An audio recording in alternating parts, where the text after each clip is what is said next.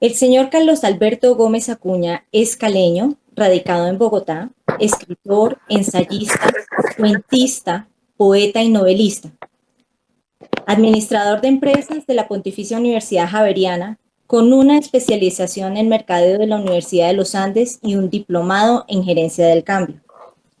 En el mundo de las letras, desde el año 2007, con un diplomado en escritura creativa de la Pontificia Universidad Javeriana y participación en varios talleres literarios. Su primer libro lo publicó en 2010. Tiene en su haber 5 libros de ensayos acerca de temas de desarrollo personal, una antología de 45 poemas, 20 cuentos y además fue ganador del primer puesto del 23º concurso de cuento Ramón de Subiría de Uniandinos en Bogotá, con el cuento de amores, tragedias y revoluciones. En cuanto a novelas, ha publicado Sol de Medianoche en Reykjavik, motivo de nuestra reunión, una en proceso editorial y una más en pleno desarrollo. Entonces, con ustedes, el escritor señor Carlos Alberto Gómez Acuña. Muchas gracias, Luzari, muy amable. Vamos a hablar entonces sobre la novela Sol de Medianoche en Reykjavik. Es una novela histórica sobre el tema principal. El tema es el tema de la llegada de los vikingos a América. La llegada de los vikingos a América 500 años antes de Cristóbal Colón. Comencemos por hablar un momentico de el título de la novela, Sol de Medianoche, en Reykjavik. Reykjavik es la capital de Islandia. Islandia es un país en el mar del norte, muy al norte de Gran Bretaña. A un lado de Groenlandia, del otro lado están Escandinavia, lo que es los países de Dinamarca, Suecia, Noruega, Finlandia. Está a esa altura. Y cuando se habla de Sol de Medianoche, se está hablando de un fenómeno natural en esos países muy septentrionales, muy al norte, casi polares. En esos países hay 6 meses de invierno, 6 meses de verano. En el verano, el sol simplemente no se oculta del todo, baja hacia la medianoche, pero sin desaparecer, y en la madrugada vuelve a subir otra vez, y por eso se llama Sol de Medianoche. Sucede justamente en ese tipo de países, concretamente en Islandia, donde viene la historia de los vikingos. Entonces vamos a comenzar a hablar pues de esto. Miremos las diapositivas. Estoy buscando la primera diapositiva ya. Ok. Perdón, recomiendo en este momento aquellas doctor Gómez.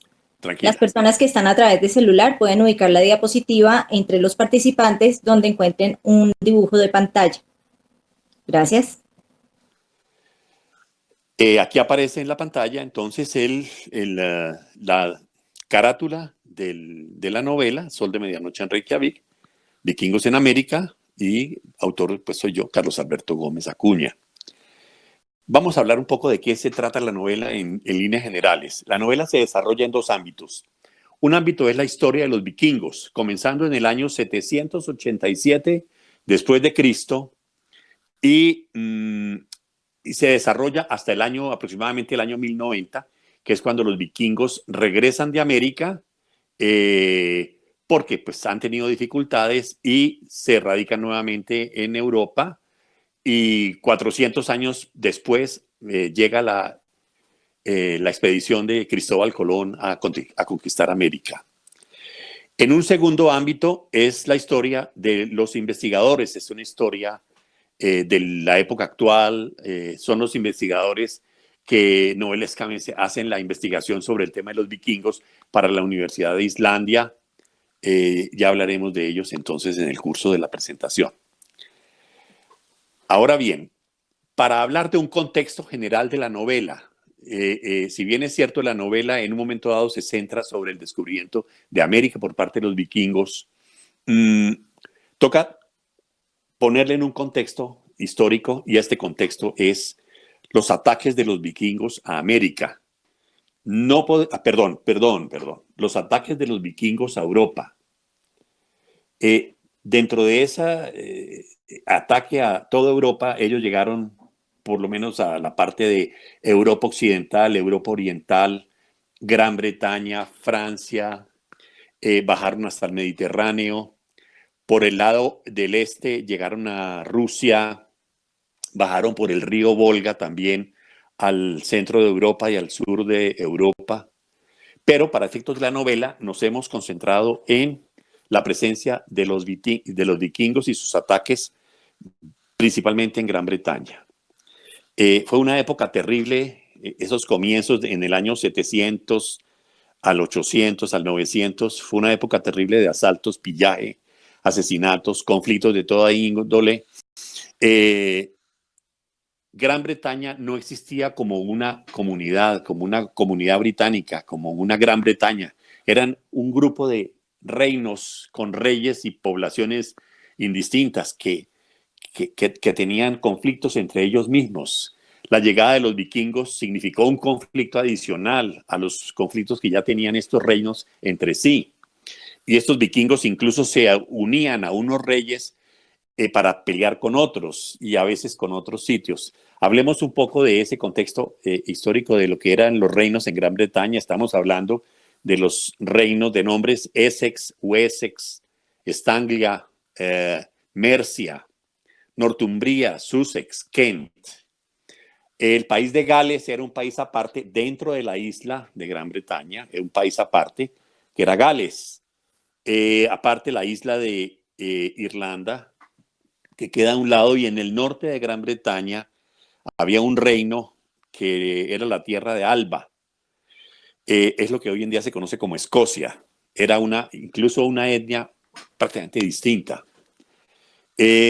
Subiendo un poco de Gran Bretaña, de Inglaterra hacia arriba, hay un grupo de islas. Los vikingos tuvieron una participación muy importante, dominaron esas islas. Hoy en día algunas de esas islas pertenecen ya a Gran Bretaña. Estamos hablando de las Islas Hébridas, las Islas Shetland y las Islas Orcadas, Orkney, y finalmente las Islas Feroe, que hoy en día pertenecen a Noruega. Entonces, ese es como el contexto de lo que sucedía.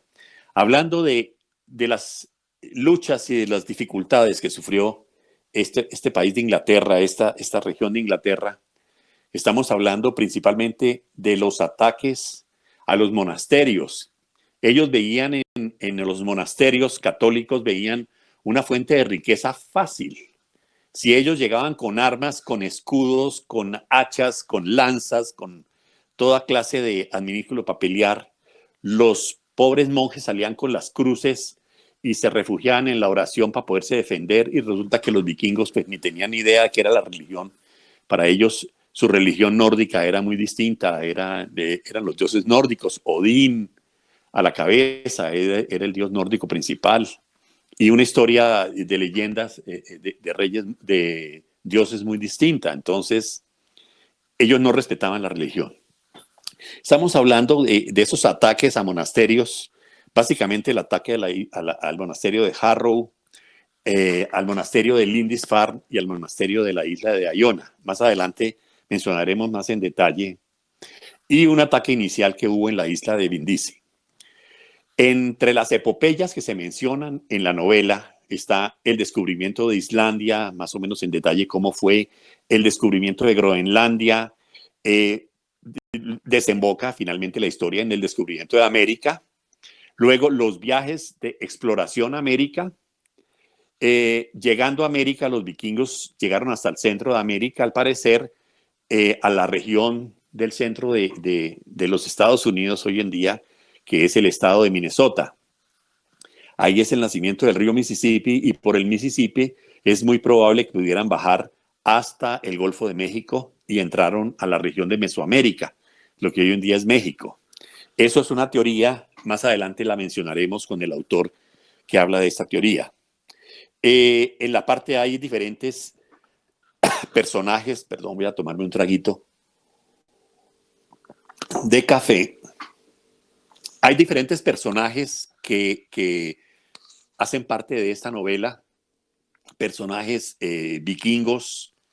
Algunos nombres son legendarios, Otros corresponden a una cosa que se llama las sagas islandesas, las sagas de Eric el Rojo, y las sagas son una especie de historias, leyendas que hablan de esas etapas anteriores a los documentos ya ingleses que forman parte de la historia. La historia de Escandinavia y la historia de Islandia está consignada en sagas, sagas que se consideran medio legendarias, medio leyendas, medio reales, pero esa es la parte donde la historia resulta que viene a formar parte, pues, de lo que hoy en día conocemos como la historia conocida. En el entorno número 2, el entorno de la época actual, también aparecen unos personajes, los investigadores, unos protagonistas. Amanda Crisman, está Bruce Merino, está Tina Olafurdetir, ella es irlandesa, y otros personajes. Vamos a hablar de la primera incursión vikinga. Los vikingos originalmente viajaban hacia el sur a través del Mar del Norte. El Mar del Norte es el mar que está cercano a la península de Escandinavia, donde está Noruega, repito, Noruega, Dinamarca, Suecia, Finlandia. Baja hasta Francia, entra al el Mar del Norte, pasa pues por el Canal de la Mancha, y en el Canal de la Mancha, que está frente a Francia y a Inglaterra, los vikingos se enteraron de que ahí había una tierra en el occidente de ese Canal de la Mancha, había una tierra, decían que era una tierra muy rica, y decidieron entrar y se encontraron con la isla de Vindili. Ese nombre es un nombre romano de la época de los romanos, pero en la isla Vindili hoy en día se conoce como la isla Portland, en Inglaterra, en Gran Bretaña. Ese fue un primer ataque que hicieron. Ellos llegaron a una población en esa isla y resulta que salió un señor, vio que llegaron unos visitantes muy raros, con unas pintas más bien tenebrosas, ¿no? Y tal vez está en el siguiente... no, atrás, tal vez. No, adelante. Espera un segundito. Adelante, otra más. Correcto, ahí. Esa es la isla de Vindili. Esa fotografía incluso es de la isla de Vindili, precisamente. Es una realidad. Esas piedras que se ven, pues son reales. En Gran Bretaña. Salió el sheriff de Wessex, era la región de Wessex, y salió, él se llamaba Woodhead, y dijo, en nombre del rey Patrick, soberano de Wessex, me tienen que acompañar porque hay que pagar unos tributos por llegar a la isla, por transitar por aquí. Pues los tipos en su idioma no hablaban inglés, simplemente en su idioma se burlaban del tipo, y el tipo insistía en que tenía que ir, pues simplemente lo atacaron y lo mataron, y ese fue de los primeros muertos que hubo en la región de Inglaterra a manos de los vikingos. Sigamos adelante con la siguiente.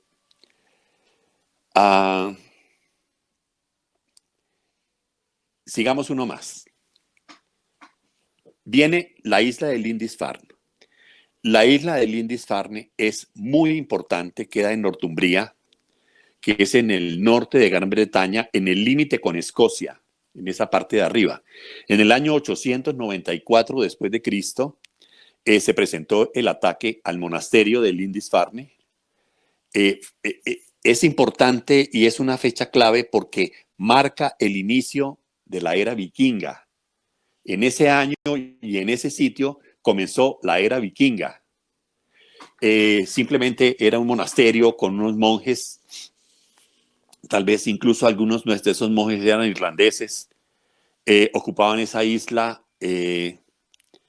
Llegaron unos hombres armados hasta los dientes, en unas pintas terribles que no conocían. La gente de Gran Bretaña era gente que se vestía relativamente bien.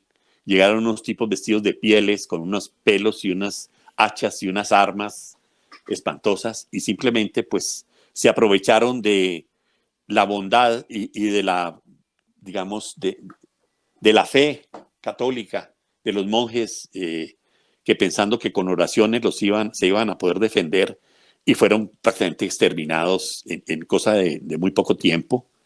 Y ese fue el primer ataque. Se llevaron pues todo lo que son crucifijos. Entiendo que se salvó una Biblia que estaban, en ese momento los monjes estaban haciendo una Biblia, recopilando unos datos bíblicos, una Biblia con un empaque de cuero, con piedras preciosas en el empaque. Esa Biblia se salvó y está hoy en día está en el Museo de Londres. Figura esa Biblia hoy en día todavía. Sigamos con el siguiente. El siguiente es el monasterio de Harrow. Realmente la primera página de la novela, en la primera página, precisamente la novela comienza con aunque fue posterior, estamos hablando del año 794,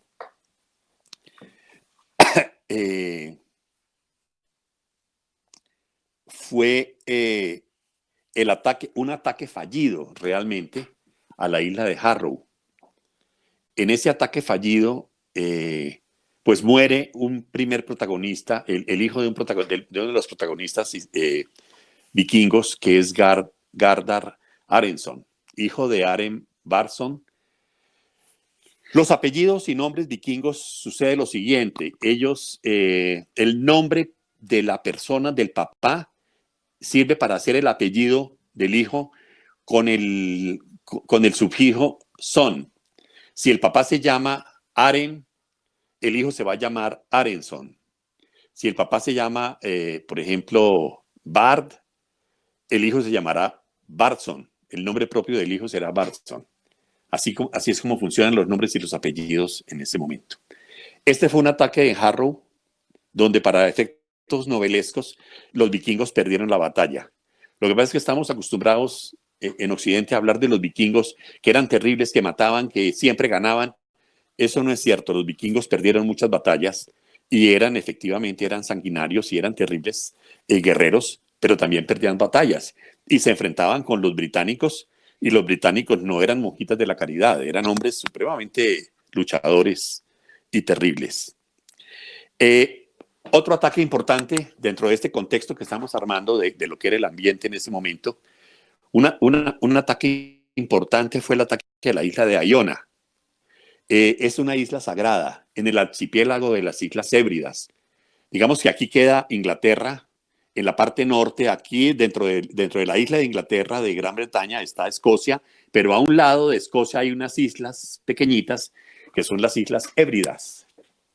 Una de esas islas es la isla de Iona, en el archipiélago de las Hébridas, la isla de Iona, y esa isla fue un bastión muy importante del cristianismo, porque tenía un monasterio que era consagrado a un monje muy famoso, que era San Columba. Eso fue como el monje que creó la religión católica en Escocia, en el norte de Inglaterra. Era venerado como un santo y esa isla se consideraba una isla sagrada para los cristianos y para el pueblo de Inglaterra. Y realmente el ataque de los vikingos creó pues un problema para los mismos vikingos. En la parte de la novela se trata de darle importancia a ese ataque, yendo al detalle, la forma como atacaron, la forma como mataron. Unos monjes viajaron. Pasemos a la siguiente diapositiva.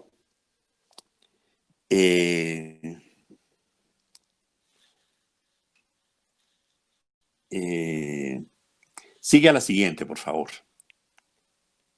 Exacto. 12 monjes de la isla de Iona se volaron, digámoslo así, en una barca 12 kilómetros, esta parte es novelada, y llegaron a un islote, realmente es un islote que se llama el islote de Staffa. Ahí hay unas cuevas en ese islote, es un islote alto, se refugiaron en esas cuevas. los vikingos se dieron cuenta que se habían volado y los dejaron.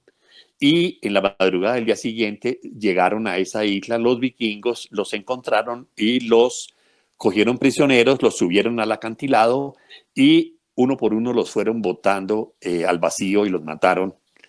En la parte de la novela pues se habla de que un monje, que es el monje Damián, realmente este monje se salvó y pudo contar la historia de la masacre de la isla de Iona y de la isla de Estafa, del islote de Estafa. Eso fue. Pasemos a la siguiente diapositiva. Estamos hablando de que esa fotografía corresponde a Islandia.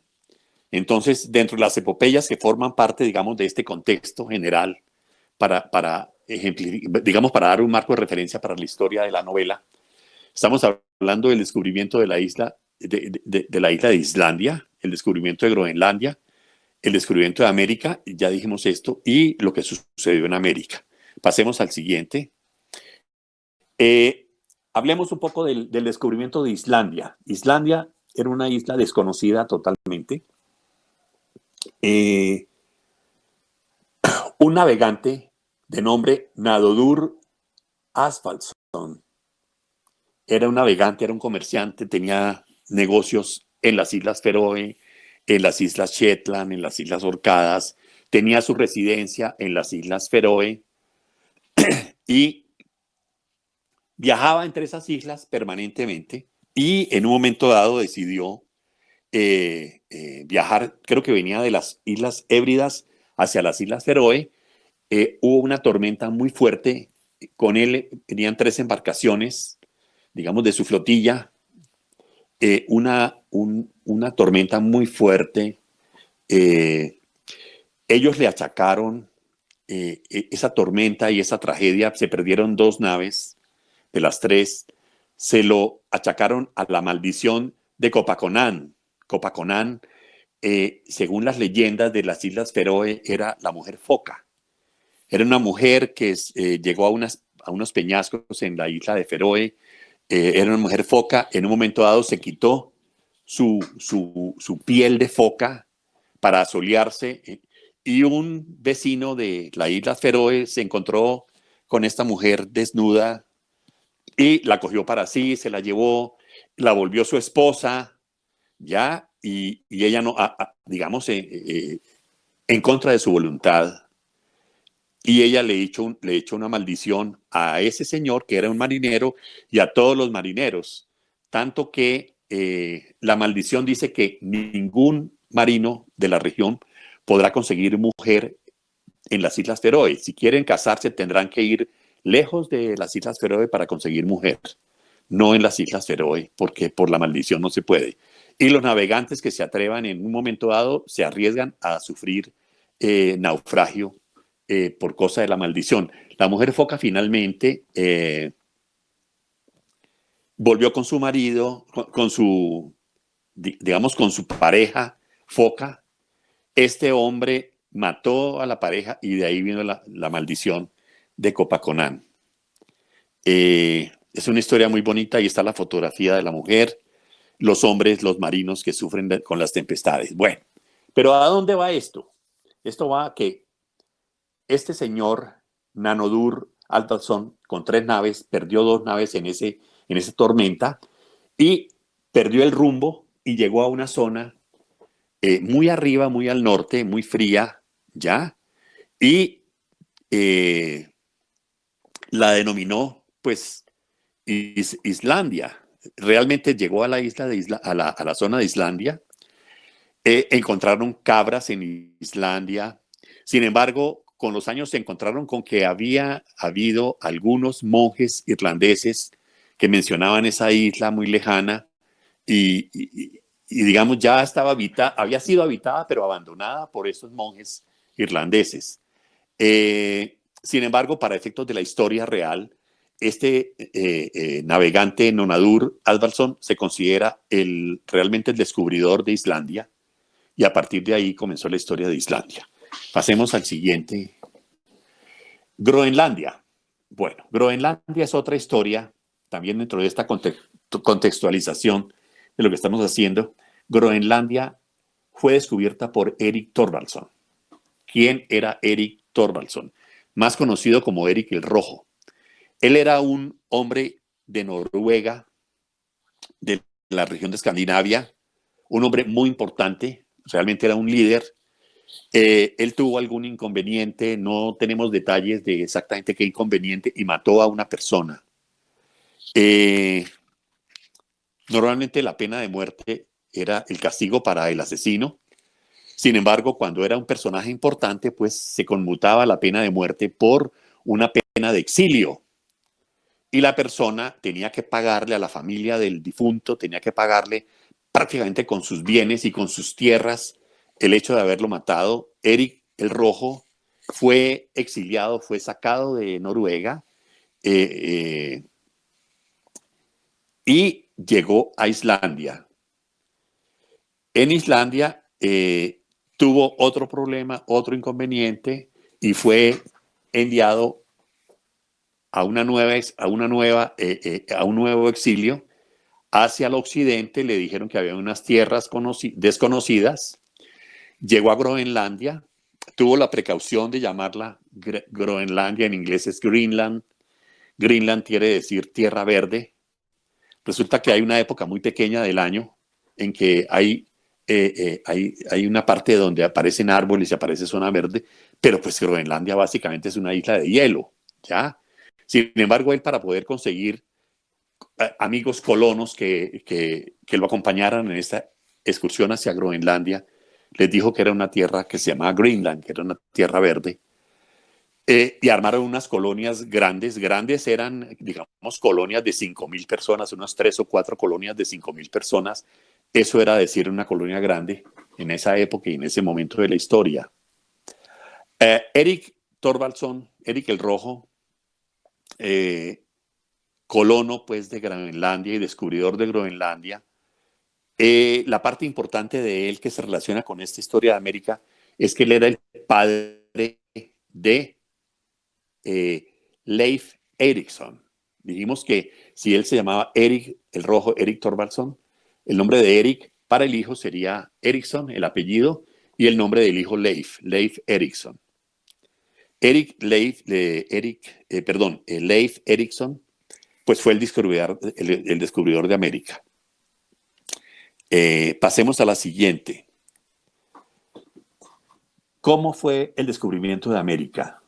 Primero, el descubrimiento de América originalmente fue de tipo accidental.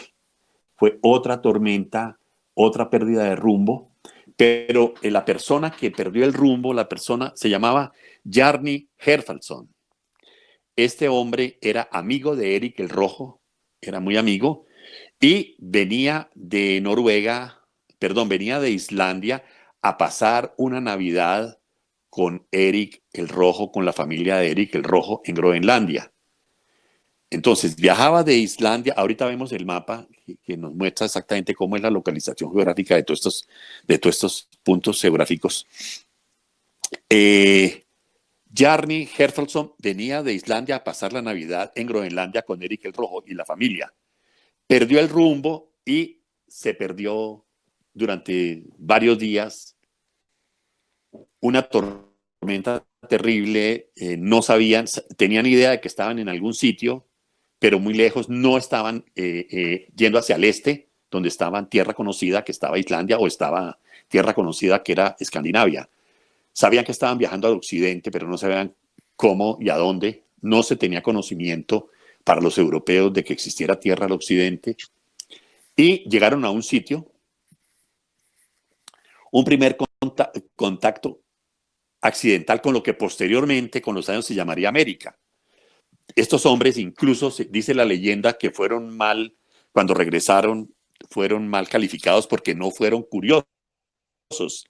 Parece que ni siquiera se bajaron de las naves. Vieron una población de gente fea, una gente rara, una gente agresiva, y decidieron ni siquiera bajarse. No eran guerreros.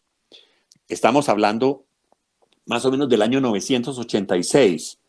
La época, es muy importante decirlo, la época vikinga, de las guerras, de las luchas, de las peleas, de esa de esa hostilidad de los vikingos iba pasando poco a poco. Ya, poco a poco los vikingos se fueron culturizando un poco.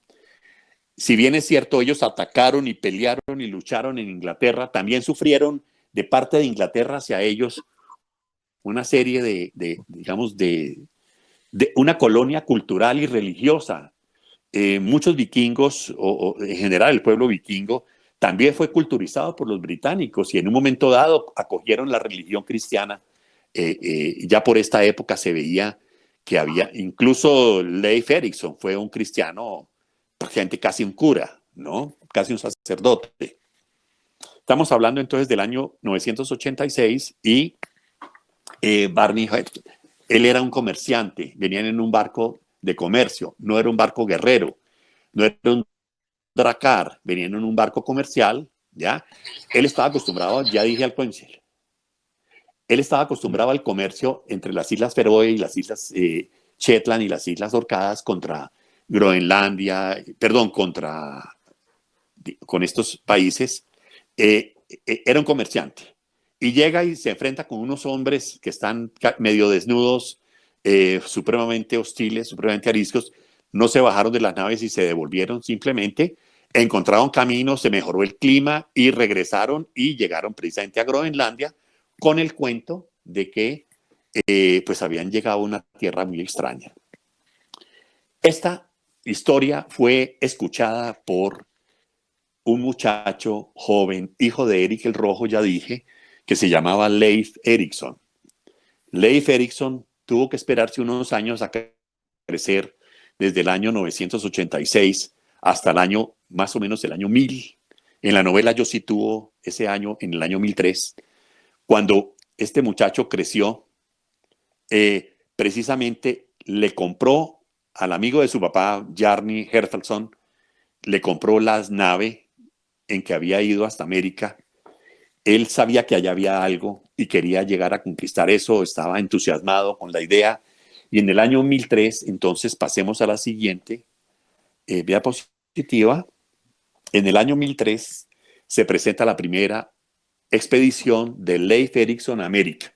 Esa fue la fecha exacta del descubrimiento de América por parte de los vikingos. Es posible que no estemos hablando del año exactamente del año 1003, estamos hablando de alrededor del año 1000, pero para efectos de la novela lo pusimos en el año 1003. Entonces fue una excursión, pasemos a la siguiente. En esa primera expedición, Leif Erikson llegó en principio a una tierra que la llamaron Helluland. Helluland, que quiere decir tierra de piedras planas. Era una tierra extraña, árida, tremendamente árida, montañosa, de piedras planas, helada, ¿ya?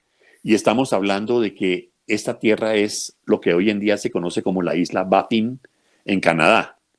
Es una isla prácticamente en el Polo Norte, ¿ya? Que fue a donde llegaron. Que queda justamente, esa isla queda frente a Groenlandia. A la siguiente diapositiva. Continuaron navegando hacia el sur y encontraron una tierra que llamaron Markland. Ya encontraron una tierra de bosques, ya no era una tierra tan árida, una tierra de bosques, una tierra verde. Esa isla de Markland, esa tierra de Markland es lo que hoy en día se conoce como la península de Labrador, también en Canadá. Siguiente diapositiva. Y llegamos al final de esa primera expedición a una tierra que llamaron Vinland. Era una tierra de pastos, cogieron el rocío en la boca y lo sintieron dulce. Ya había viñedos, había uvas, había pastos y consideraron pues que esa era realmente la tierra prometida, por decirlo de alguna forma. Esa tierra hoy en día es lo que se conoce como la isla de Terranova en Canadá. Está en la desembocadura del río San Lorenzo, ahorita lo vemos en el mapa, y hay un descubrimiento que se ha hecho muy famoso, que es la ensenada de las medusas, allí justamente en la isla de Terranova. Esa ensenada de las medusas fue llamada así por unos franceses que encontraron justamente un asentamiento vikingo en ese sitio, que para muchos efectos de historiadores modernos significa realmente la prueba madre, la prueba reina de que los vikingos llegaron a América mucho antes que Colón. Vamos a la siguiente diapositiva.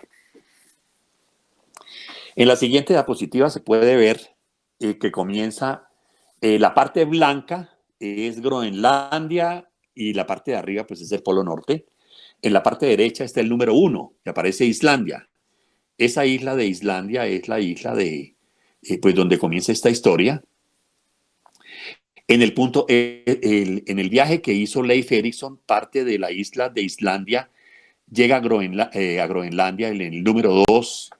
En su viaje hacia América va al número 3, que es la isla de Baffin. Si nos damos cuenta, exactamente está frente a la isla de Groenlandia, la isla Baffin. Baja al número 4, donde es la península de Labrador. Y finalmente llega al punto 5, que es Vinland, la isla de Terranova. Si vemos, hay dos líneas blancas, una por el lado derecho y una por el lado izquierdo. En el lado izquierdo está remontando un río y vienen ahí unos lagos. Esos son los grandes lagos de los Estados Unidos. Entonces, bajemos un momentico en la siguiente diapositiva. Ahí se ven el río San Lorenzo, San Lawrence River, el lago Ontario. Entonces, al parecer los vikingos pudieron, es lo más probable que hayan podido entrar al continente remontando el río San Lorenzo. Llegaron al lago Ontario. En el lago Ontario remontaron otro río y llegaron al lago Erie.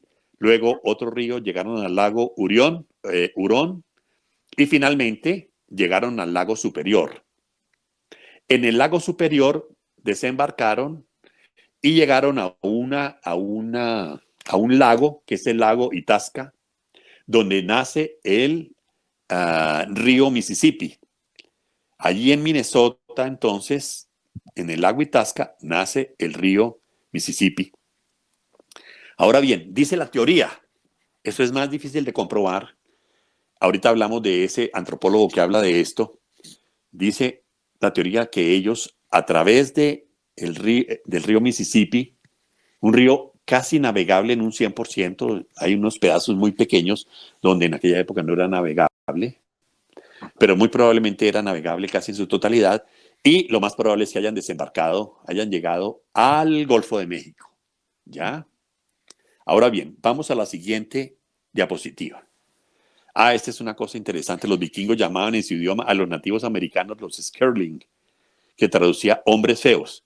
Para ellos estos hombres no solo eran muchos, había gente, realmente habían, pasemos a la siguiente y miramos.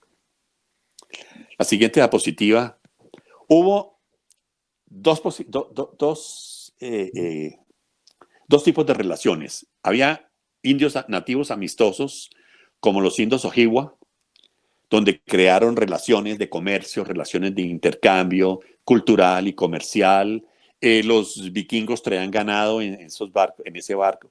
Digamos, no, aquí ya no estamos hablando solo de la primera incursión, la primera expedición a América. Ya estamos hablando de varias expediciones que hubo entre Groenlandia, Islandia y América. Ya se conocía el trayecto, ya se sabía que había tierra y comenzó a haber una serie de intercambios ya comerciales y culturales con los indígenas. Pero también habían indios hostiles, por ejemplo, el caso de los indios Sioux. Perdón, cuando hablamos de los indios Sioux estamos hablando de los Dakotas y los Lakotas, que pertenecen a la etnia Sioux. Estos eran hostiles y habían escaramuzas, llegaban a robar el ganado. Los europeos sabían algo de agricultura, entonces comenzaban a enseñar agricultura. Los indígenas hostiles veían que esta era una forma fácil de ganar dinero y de robar, entonces pues los atacaban. En la siguiente diapositiva veamos que la región de Mississippi, uno le hablan de América en aquella época antes de Colón. No, esos son un poco de indios pobrecitos, todos desarrapados, con taparrabo, No, eso no es real. Habían unas culturas, la cultura mississippiana en esa región, incluso la cultura de Mesoamérica eran muy ricas, ¿ya? Eran culturas, no eran, digamos, personajes, los indígenas, personajes de tercera categoría, como nos han hecho creer eventualmente los europeos, ¿no? No. La cultura mississippiana, por ejemplo, está en las ruinas de la ciudad de Carioca. Los indígenas Ilihuinec muy probablemente tuvieron relaciones muy cercanas con los vikingos que bajaron por ese río Mississippi. Bueno, pero ahora viene un punto que es importante. En la misma novela se crea digamos, un paréntesis para decir, mire, esto no está comprobado. Esta parte de Mesoamérica y de Mississippi no está totalmente comprobado. ¿Quién lo dice? ¿Por qué se dice? ¿Por qué? Y se crea una incógnita al respecto y en la misma novela menciona esa incógnita, hombre. Dentro de una investigación seria, pues ¿por qué estamos diciendo esto? Entonces, en la siguiente diapositiva, y pasemos a la siguiente, pasemos eso y la siguiente. Entonces, aquí vienen las teorías de Jacques de Maillet. Entonces, exactamente, ¿quién es Jacques de Maillet? Fue un antropólogo argentino-francés de ideología nazi. Esa es la parte que a mí no me gusta, pero bueno, era un personaje importante. Terminada la guerra, viajó a Argentina, escribió varios libros sobre esoterismo, mezcló las teorías antropológicas inspiradas en el nazismo y el racismo científico. Fue colaborador con Vinci, se adhirió a la ideología del argentino, del líder argentino Perón, Domingo Perón. Estamos hablando del año 50. Él nació en el año 15 en Francia y murió en Buenos Aires en el año 90. Fue profesor de la Universidad de Buenos Aires. O sea, era un antropólogo, pero tiene unas teorías, digamos, un poco falta de total de prueba, falta de peso esas teorías, ¿ya? Para algunos antropólogos el hombre es un personaje importantísimo, para otros antropólogos dicen no, a él le faltó peso a sus teorías, pero sin embargo se menciona en esta novela, dentro de la investigación que hacen los investigadores pues, de la novela, se menciona como alguien muy importante que tuvo estas teorías. Estos son básicamente los libros de Jacques de Maillet. Yo consulté algunos de ellos, muy interesante. Estos son los libros. Bueno, paremos ahí la historia. Yo quería mencionar una cosa más. Dentro de los libros de Jacques de Maillet se mencionan dos elementos, no solo Mesoamérica. Cuando hablamos de Mesoamérica estamos hablando de México, que los vikingos llegaron a México. En las teorías de Jacques de Maillet eso figura como una realidad. Pero él va más lejos. Él dice, no solo llegaron a Mesoamérica, bajaron por Sudamérica, pasaron por las tierras de los indígenas muiscas en Colombia, pasaron a Ecuador, llegaron a Tiahuanaco y bajaron hasta el Paraguay y Argentina. Entonces parece ser que los vikingos, según las teorías de Jacques de Maillet, llegaron a Sudamérica también. Eso como he dicho hasta el momento, esto no hay pruebas suficientes, sin embargo hay indicios muy importantes. Realmente tanto en Perú como en Argentina y Paraguay hay poblaciones de indígenas blancos, de pelo rojo, barbados, y según las teorías de Jacques de Maillet, esos indígenas blancos, ya barbados, corresponden a ancestros, tuvieron ancestros en los vikingos que llegaron a Mesoamérica y a Sudamérica. Hasta ahí llega la historia, digamos, de los vikingos en América. Esta historia de los vikingos se entrelaza todo el tiempo con la historia de la época actual. Algunos capítulos están dedicados a los vikingos, otros capítulos están dedicados a los investigadores. Entonces es una historia de amor. Este es el protagonista se llama Bruce Merino. Es el investigador junto con Tina Olafurdotir.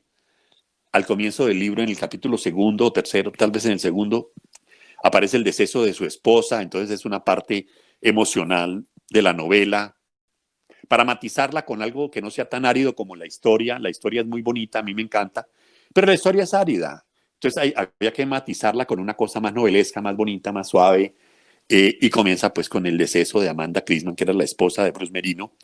Él le hace una poesía muy sentida.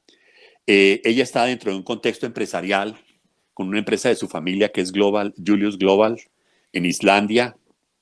Finalmente ella y su amigo, en principio el amigo, Bruce Merino, comienzan a hacer la investigación histórica para la Universidad de Islandia.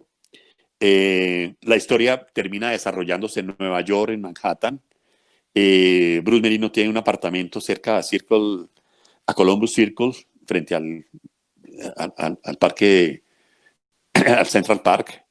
La historia se desarrolla un poco en Nueva York, ya en la parte moderna, en la parte de lo que significa la vida de este par de protagonistas. Y llegamos pues a un hecho importante. Cuando decimos que Leif Erikson fue el primer explorador de América, la pregunta es sí, ¿y quién lo dijo? Bueno, primero lo dicen muchos indicios, ya por lo menos que hasta América llegó, es una realidad. Esta es la estatua de Leif Erikson en la plaza principal frente al Capitolio de la ciudad de San Paul, que es la capital del estado de Minnesota. Hay una estatua de Leif Erikson.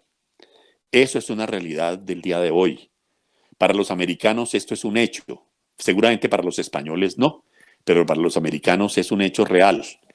Vale decir, yo lo iba a decir al comienzo, se me olvidó, pero vale decir que el presidente Barack Obama, presidente de los Estados Unidos, el anterior presidente, instituyó el día 9 de octubre como el Día Nacional de Leif Erikson. Leif Erikson lo apodaban el afortunado. Entonces, por decreto en los Estados Unidos, el Día Nacional de Leif Erikson, para ellos descubridor de América, es el día 9 de octubre. Ok. Finalmente, en Reykjavik, capital de Islandia, en la plaza de la iglesia más famosa de Islandia, que es una iglesia luterana, a la salida de la iglesia, en la plazoleta de la iglesia, hay también una estatua de Leif Erikson, pues en honor a ser el primer explorador de América. Estamos hablando de que tanto Estados Unidos como Islandia consideran que esto es una realidad y no es una fantasía. Básicamente esa es la historia de la novela. Es una novela que yo escribí, me encanta, muchas noches de investigación, de lectura, me encantaba. Me tocó, para terminar el tema, me tocó coger las sagas que yo me encontré las sagas. Ya dije que las sagas eran leyendas históricas. Las sagas islandesas, las sagas groenlandesas y las sagas de Eric el Rojo, me las encontré en ese idioma nórdico escandinavo. Me tocó traducirlas al inglés y del inglés al español y comenzar a entresacar lo que decía, la verdad es que decían las leyendas y las historias. Y de ahí básicamente ha salido esta novela de esas sagas islandesas, groenlandesas y de Eric el Rojo. Agradecemos, Pues, señor Gómez. Qué buena sí, presentación. sí. Muchas Pues gracias. básicamente eso es. Yo quería, a ver, si hay preguntas, vea, Exacto. me fue muy bien con el tiempo, Luz Dari. No, maravilloso. Realmente espero que todos los asistentes estén de acuerdo. Sí, nos encantaría saber quién tiene preguntas, qué preguntas hay al respecto. Con mucho gusto pueden colocar la manita o sencillamente si abren su cámara y levantan la mano, les vamos indicando quién va haciendo las preguntas en orden, por favor.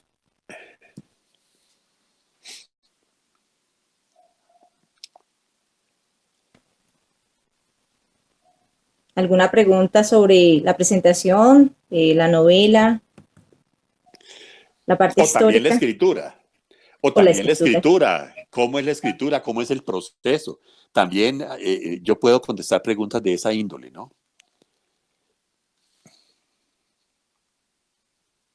Bueno, les vamos. Mensajes. Buenas tardes. ¿Con quién es? Buenas tardes. Sandra Cáceres. Adelante. Sandra Cáceres, muy buenas tardes. Ella nos habla de Málaga, del SENA de Santander. Bienvenida. Buenas Adelante tardes. con tu pregunta. Buenas tardes. Buenas tardes. Qué lindo libro. Gracias. Quisiera preguntarle, ¿cuánto le tomó escribir este libro? Oh, y que nos regalara como unos tips de qué tenemos que hacer si en algún momento de nuestra vida queremos empezar a escribir un libro, porque pues cualquiera de nosotros creo que podría empezar por ese mundo tan bonito que es escribir, ¿no? Y siento yo que claro. cuando empezamos a leer, ahí está de alguna manera su alma, la alma del escritor, que en determinado momento pues eh, tiene unas ideas y quiere plasmarla para que nosotros como lectores nos quedemos con un poquito de eso que ustedes nos regalan como escritores. Mil gracias y que siga escribiendo así de bonito. Muchas gracias. Gracias. Gracias, Luis David. Muy querida, muy amable. Vente y contesto rápidamente. El libro me tomó alrededor de unos 3 años escribirlo. Eh, escribir, cuando tú me preguntas, ¿qué puedo hacer yo para escribir? La respuesta es compleja, pero es muy simple también. Para escribir hay que escribir.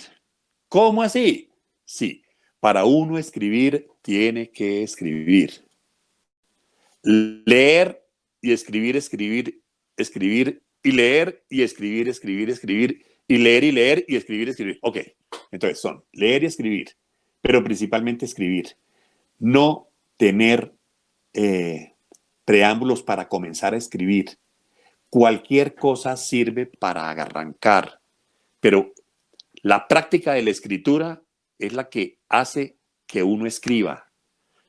Comienza uno con, mira, yo comencé con libros de ensayo, con 5 libros de ensayo, donde están mis ideas a nivel de desarrollo personal, nada que ver con cuento ni con novela. Lo del cuento y la novela es muy posterior. Ya no importa que nadie me lea, es una satisfacción interior al comienzo el hecho de escribir. ¿Sabes qué? Seguramente alguien lo leerá, seguramente un amigo, una novia o una persona cercana leerá algo de lo que uno escribe. Si es muy amigo, le van a decir cosas bonitas. Si es alguien que no es tan amigo, seguramente sea más honesto y le diga la verdad a uno, mire, hermano, usted está escribiendo muy mal, pero siga adelante, ¿ya? Pero esa es más o menos la realidad. Hay que escribir para escribir.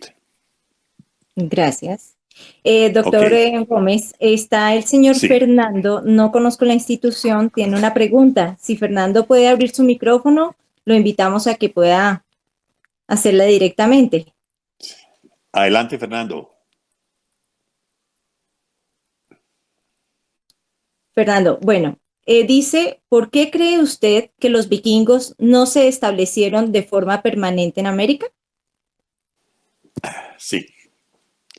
Mira, yo creo que los vikingos no se establecieron definitivamente en América, sino en un tiempo muy corto, digámoslo así, porque no existía para ellos la garantía de que hubiera una buena relación con los nativos. Si bien es cierto, las tierras eran muy acogedoras y eran muy apetecibles, las tierras de América, ¿ya? Los nativos no, es decir, incluso los hostiles no les permitieron estarse y los hostigaban todo el tiempo. Y los nativos que eran amistosos, pues hombre, sí, les interesaba una relación de comercio, les interesaba conocer una relación de cultura, tener, digamos, una relación cultural, pero no les interesaba que los vikingos vinieran a apropiarse de tierras que eran de ellos. Para ellos la tierra era sagrada y no iban a permitir que unos advenedizos, ya unos aparecidos, vinieran a quedarse con las tierras de ellos. Entonces, en un momento dado, también se volvían hostiles, ¿ya? Los vikingos les interesaba básicamente una riqueza que en aquella época, para la gente de aquella época, sobre todo de Escandinavia, ¿ya? Y de Groenlandia incluso, era la madera. Para ellos la madera era la riqueza, era el oro que necesitaban. Hoy en día es el oro y el petróleo. En aquella época la madera era la riqueza que buscaban. Pero los nativos tampoco estaban, digamos, dispuestos a aceptar que estos hombres se llevaran la madera y acabaran los árboles. Digamos, la cultura de los nativos era mucho más, por decirlo con palabras de hoy en día, mucho más ecológica. Y para ellos el hecho de acabar con los bosques pues, no era una cosa positiva. Entonces, realmente lo que sucedió fue, no hubo la posibilidad de quedarse en las tierras, no eran muchos los que llegaron, básicamente llegaron unas pocas familias alrededor de Eric el Rojo, la familia de Eric el Rojo, los hijos, los cuñados, las cuñadas, esas fueron las familias que llegaron a América, pero no fue lo que sucedió con los españoles. Los españoles venían armados, ya tenían barcos mucho más, en fin, yo creo que eso ayuda con la respuesta, espero. Sí, señor.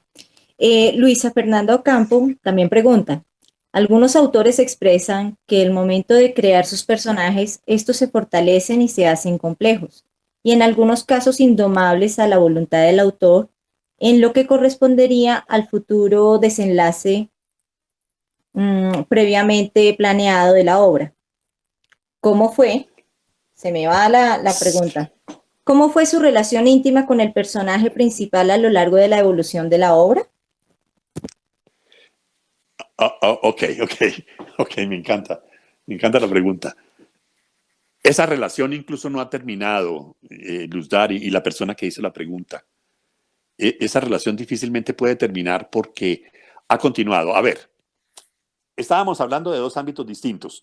Un ámbito histórico con los vikingos. En los vikingos los personajes son, digamos, prácticamente nacen de las mismas sagas, ¿ya? Lo que se ha visto, incluso en la televisión, cuando hablamos de uno de los vikingos más atacantes, más terribles, era Ragnar. Ragnar era, y ese se ve, incluso uno ya se lo imagina viendo la película Vikingos de la televisión, de Netflix. Entonces, los personajes vikingos no eran tan complejos de crear, simplemente salen de un ámbito supremamente terrible. Los personajes de los años ya 900 ya son más creados, ya tocó trabajar un poco más a Leif Erikson. Leif Erikson, por ejemplo, en la novela se menciona que él tuvo una relación con el rey de Noruega, en Noruega, y el rey de Noruega lo mandó a hacer, catequesis a Groenlandia, o sea, como sacerdote, como catequizador de la gente que estaba en Groenlandia. Lo mandó con esa misión específica. Entonces ya eran hombres mucho más culturizados, civilizados y con un esquema religioso en sus creencias. Ok, esa es una parte de la novela. En la otra parte, decía que la relación no ha terminado porque yo he ido creando este personaje, Bruce, se llama Bruce Merino, y su esposa de la vida posterior, con quien ya finalmente tuvo ya una relación después de mucho luchar. Me estoy adelantando de golpe al final de la novela, lo que no hubiera querido, pero bueno. Esta pareja pertenece a la novela de hoy en día también. Hoy en día estoy haciendo una novela que se llama, bueno, acabo de terminarla realmente. El 31 de mayo le puse fin, me demoré en esa muy corto, me demoré solo 6 meses. Yo hice un viaje a Turquía y en Turquía observé un problema que había con los kurdos y los turcos y al preguntarle al guía de la excursión no me supo responder y me quedó la chispa de que yo voy a averiguar qué es lo que pasa porque este tipo no me está respondiendo nada, me enredó y me pretende enredarme y no decirme la verdad. Y descubrí que detrás de esa historia de los kurdos y los turcos, o sea, la pelea que hay cuando ahorita en octubre hubo un ataque de los turcos al norte de Siria o al sur de Turquía, en el límite, y empezaron a bombardear cuando los americanos salieron. Pero entonces, volviendo a la pregunta, Bruce Merino está metido también junto con su esposa Tina Olaf en esta novela, en esta nueva novela. Y en una tercera novela, que esa sí está, la he demorado mucho más, que es sobre los caballeros templarios, también aparece como investigador Bruce Merino y Tina Olafur de Tir. Entonces, es una relación que ha tenido una continuidad en el tiempo y realmente sí, uno tiene una relación muy cercana con el personaje que crea. Independiente de eso, mira, en cada cuento que he hecho, en cada cuento hay una historia y hay una relación con el personaje, una relación para los personajes terribles también, ¿no? Hay una serie de personajes que uno se crea que son terribles, hay unos personajes que son, digamos, miserables y con ellos también se crea una relación.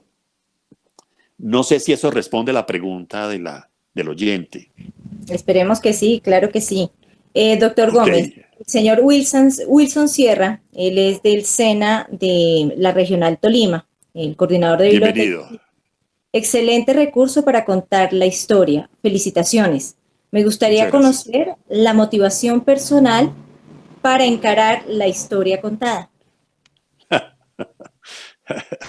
Esa es muy privada, pero la voy a decir.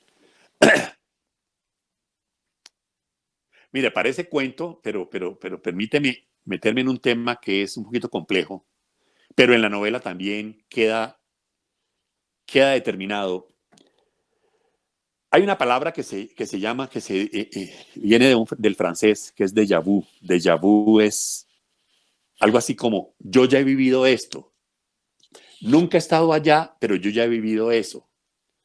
Yo creo que yo viví en alguna época anterior, tal vez siglos antes. Supongamos que la reencarnación existe. Yo diría que sí. Hay gente que dice que no. Pero, pero a ver, para responder en forma directa, yo he tenido algún tipo de déjà vu con la zona de las Hébridas, de las Islas Hébridas, y yo tengo la sensación, no puedo probarlo, de que yo en alguna época viví en esa zona de Escocia, del norte de Escocia, del occidente, noroccidente de Escocia, en esas islas perdidas, frías, pesqueras, unas islas bucólicas, ya, donde el hielo y el frío es el pan de todos los días. Yo tengo una finquita en Huasca, entonces uno dice, es que Huasca hace frío. No, pero es que Huasca no hace frío, Huasca es clima caliente comparado con el norte de Escocia, con Islandia, con las Hébridas. Entonces yo tuve que tener alguna relación con las Islas Hébridas y a raíz de ahí salió, digamos, ese ánimo para meterme a investigar sobre los vikingos, sobre las Islas Hébridas, sobre las islas sobre Islandia misma, ya, sobre los vikingos que dominaron toda esa zona y tuvieron. Y en la novela precisamente se habla en un momento dado de eso. Cuando yo menciono hay un doctor Clarke, ya, el doctor Clark, Marcus Clark. Este personaje en la novela, no me acuerdo en qué capítulo, es que ya lo menciono, le hace una regresión hipnótica a otro personaje y en esa regresión descubre que ese personaje vivió de la época actual, vivió en la era de los vikingos y tuvo, entonces ahí comienza a desarrollarse ese tema. Digamos que esa es la cercanía que yo tengo digamos, con la intención inicial para construir y desarrollar la novela. Es una cosa un poco esotérica, pero digamos que esa es la razón. Gracias. Y por último, doña Mónica Pérez de la Universidad Cooperativa de Bogotá nos pregunta, es Sí. para el autor, ¿consideras el mapa de Skalholt auténtico? Muchas gracias. ¿Lo pronuncié bien? A ver, me da pena responder que no conozco, no recuerdo el mapa de Skull. Me da pena, no tengo la respuesta. ¿Sí? De Mónica dice que cuando va a iniciar un proyecto, ¿qué estrategia aplica para superar la intimidante presencia de una hoja en blanco? Hombre, mira, te digo la verdad. A ver, otra respuesta de golpe esotérica. Pues sí. A ver, yo por lo general no tengo hoja en blanco. No quiero tener la disciplina de sentarme obligatoriamente a escribir cuando simplemente no tengo ganas de escribir. El día o en el momento en que no tengo ganas de escribir, no escribo. Muchas veces escribo a las 4 de la mañana cuando la mente está totalmente fresca. Mira, yo hago meditación diaria. Yo todos los días hago una meditación zen. Para mí es clave porque es arrancar el día desde la conciencia, no desde la mente. La mente comete muchos errores. No sé si esta respuesta está muy complicada. La mente para mí comete muchos errores porque la mente está influida por una cantidad de cosas que pertenecen al día a día, a la cotidianidad, a los noticieros, a las dificultades, al coronavirus, etcétera. Esa es la mente. La conciencia está limpia de ese tipo de influencias. Normalmente yo acudo a la conciencia para comenzar a escribir y no a la mente. Y para poder hacer eso, tengo que entrar primero en meditación, una meditación de silencio. Y luego me siento a escribir. Lo hago muchas veces, lo hago a las 4 de la mañana, cuando no hay mente, no hay noticieros, no hay coronavirus, no hay nada que me afecte y que me haga perder el tiempo, ¿ya? Sin embargo, no solo es esa hora. Muchas veces a las 6 de la tarde me dan ganas de escribir y me siento y arranco y se me va hasta que la señora me pelea, pues porque no voy a comer y ya es hora de ir a comer y yo sigo 8:30 de la noche y sigo pegado al computador y no he podido parar. O me pasa al mediodía, a veces a mediodía también escribo en cualquier momento, pero no todos los días. Muchos escritores lo hacen de una forma muy disciplinada. Yo no quiero tener disciplinas con la escritura me sale cuando salga y no me pongo a pelear por eso. Espero responderte adecuadamente. Gracias. Me están diciendo que han conocido que al comienzo del libro hay un poema. Ajá. ¿Usted de pronto lo tiene a la mano para la lectura de un párrafo? Eso es Sí. de Sandra Cáceres del SENA de Málaga. Sí. Sí, es un poema. Es un poema. A mí me gusta la poesía, ¿ya? Y este es un poema que yo incluso, digamos, con la muerte de la esposa de este amigo, Amanda Krishnan, aquí está.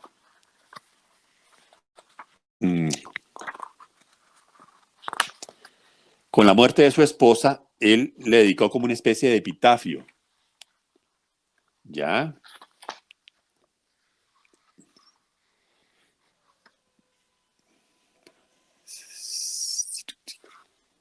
Sí.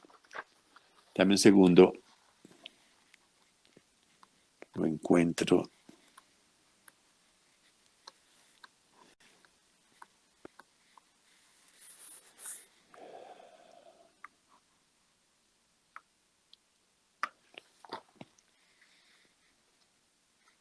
Mientras usted lo encuentra, yo invito a todos los participantes para que recuerden que están con Grupo Noriega Editores y que con nosotros pueden adquirir la novela. Mira, incluso en la novela, perdón. ¿Continúo? Sí, mira, señor, por favor. En la novela hay dos poemas. Uno al comienzo y uno casi al final. Ya, pero voy a leer el del comienzo que mencionaba la persona que estaba mencionando en la novela, el poema. Dice, tal vez nunca te has ido. Lo que sucede es que ya murió la esposa de Bruce muy al comienzo de la novela y entonces él le hace un pequeño poema como una especie de epitafio. Dice así, tal vez nunca te has ido, hoy te has ido. Pero tal vez nunca te has ido, al menos no tan lejos. Tal vez siempre has estado ahí, cerca. Y tal vez siempre estarás ahí. Y tal vez siempre es y será siempre. Ahora alcanzo a percibir con certeza que el tiempo no es un concepto real, sino ficticio y emocional. El tiempo es una simple percepción relacionada solo con la dimensión terrenal y no tiene que ver con lo que es un instante presente. Sí, un instante de eterno presente en una hora constante. Sí, un eterno presente donde tal vez te encuentres tú. Y sé que la relación con las personas que amamos es eterna. Y más aún, la relación con las personas que creemos odiar también es eterna, pues, por más complicado que lo queramos ver, con nuestra sesgada forma de ver la realidad, esas personas son parte nuestra. están en nuestro interior y son lo mismo que nosotros. Pertenecemos al mismo caldo cuántico y que es unificado en una totalidad absoluta e indisoluble. Sí, hoy te has ido, pero lo que hay detrás de tus bellos ojos, esa marca de fuego que ha incinerado mi alma, nunca se ha ido, nunca se irá, perdurará por siempre y siempre estará dentro de mí, pues pertenece a mi conciencia eterna e infinita y no es posible que desaparezca.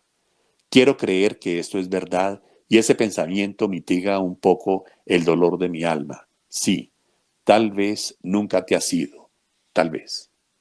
Ese es el poema. Qué hermoso. Muchísimas gracias nuevamente, doctor Gómez, por su Con mucho presentación, gusto. por la respuesta de todas las preguntas. Entonces, Sol de Medianoche en Reykjavik, distribuida por Grupo Noriega Editores de Colombia. Les informamos que pueden adquirirla por un precio de venta de 48.000 pesos, con envío a nivel nacional y haciendo su pago a través de Nequi o DaviPlata o en nuestras cuentas habituales, como lo ven en la imagen, y comunicándose para su despacho, por favor, con su representante Noriega Colombia de confianza. Gracias, doctor Gómez. Muchas gracias a todos por su presencia, por escucharme y que tengan muy buena tarde. Gracias. Gracias. Asimismo, gracias. Asimismo, estaremos invitándolos a las próximas exposiciones de nuestros autores. Como les dije al inicio de la charla, este es el inicio, el comienzo de una serie de presentaciones los días viernes a las 2 de la tarde por esta misma plataforma con nuestros autores de Editorial Limusa y se realizarán. Agradecemos también nuevamente su amable asistencia a la presentación de hoy. Como Grupo Noriega Editores de Colombia, quedamos pendientes de todas sus inquietudes. Nuevamente, gracias. Muchísimas gracias a todos. Ustedes, gracias. Gracias. Hasta luego. Gracias. Chao. Mil gracias, muy bueno. Muchas gracias. Muchas gracias. A ustedes, gracias. Muchísimas gracias. Gracias, espero que hayan dejado sus datos en el chat para poder continuar apoyándolos en este tipo de presentaciones.